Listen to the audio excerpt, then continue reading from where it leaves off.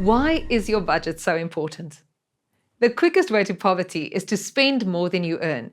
If you do this, you will achieve the exact opposite of the roadmap we have discussed so far, and you will never reach your financial destination. Instead of investing and growing more financially independent every month, when you spend more than you earn, you start to dip into credit to support your lifestyle. As your credit interest increases, you will fall further behind in your payments each month until you can no longer service your debt and you are blacklisted. The opposite is true for wealth creation. Instead of spending more than you earn, spend less than you earn and save everything that's left. By cultivating a habit of saving and investing instead of spending and splurging, you can eventually build a pot of wealth that you and your future generations can enjoy. Most people tell me, I can't spend less, and in most cases, this is untrue. A more accurate statement would be, I don't want to spend less.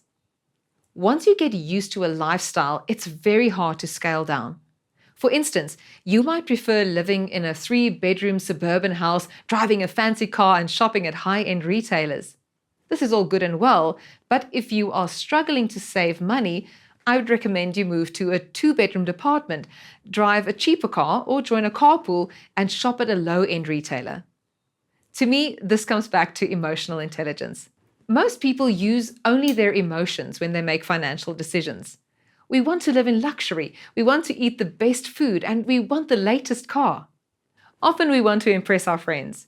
But if you cannot be disciplined and sacrifice short-term luxuries, you will pay in the long term and never reach your full financial potential.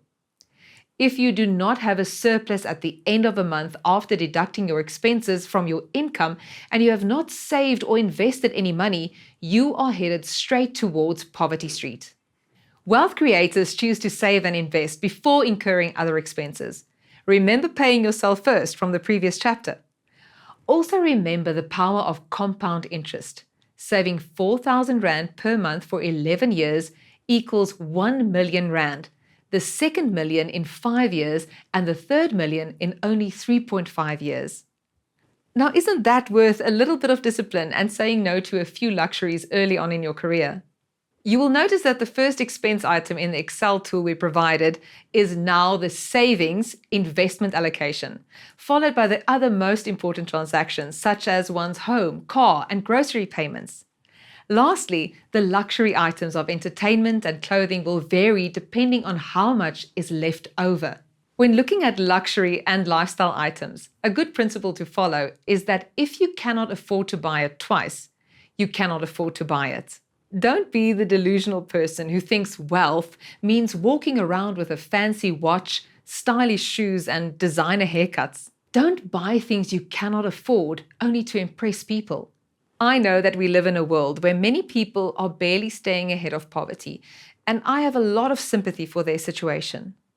However, I find that if you really work hard at creating a budget that is right for you, just about everyone has the option to spend less. And every cent you save instead of spending can make a difference, especially early on in your life. Then, once you start to build on these right habits and you advance in your career, the amount you can save will only increase.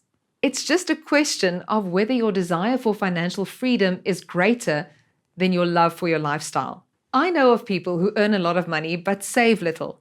And I also know of people that earn close to minimum wage and yet still manage to save 50% of their salary. The question is not whether you can or cannot save. It is whether you want to or don't want to.